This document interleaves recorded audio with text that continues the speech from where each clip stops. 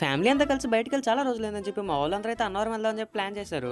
ఆ ప్లాన్ ప్రకారం అనుకున్నట్టుగానే పొద్దున్నే లేచి రెడీ అయిపోయి మా ఊరు నుంచి రాజమండ్రి అయితే స్టార్ట్ అయ్యి వెళ్ళిపోయాము. ఇంకా అక్కడ దగ్గరనే మళ్ళీ అన్నవరం వెళ్ళేసరికి లేట్ అవుతుందేమో ఆకలేస్తదేమో అని చెప్పి అక్కడ పక్కన ఉన్న హోటల్కి అయితే వెళ్ళిపోయి టిఫిన్ అయితే చేసాము.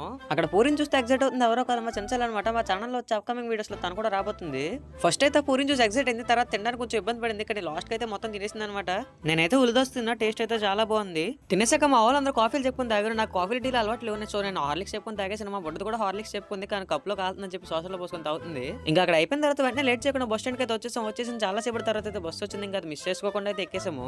మధ్యలో ఎక్కడ లేట్ అవ్వకుండా ఫాస్ట్ గా కొండ దగ్గరికి అయితే వచ్చేసాము. ఇంకా బస్ దిగిన వెంటనే కొండపైకి వెళ్ళి బస్సు ఎక్కేసి కొండపైకి అయితే వెళ్ళిపోయాము.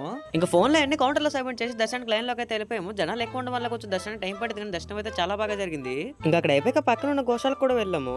అక్కడికి వచ్చిన భక్తులందరికీ ప్రతిరోజు నిత్యాన్నదాన ఫెసిలిటీ అయితే అవైలబుల్ గా ఉంటుంది. మేము కూడా అయితే అక్కడికి వెళ్ళి తినేసాము. టేస్ట్ అయితే చాలా బాగున్నాయి. ఇంకా అక్కడ అయిపోయాక బయటకు వచ్చేసి ప్రసాదం బొట్టాలు తీసుకుని మళ్ళీ రిటర్న్ అయితే స్టార్ట్ అయిపోయాము.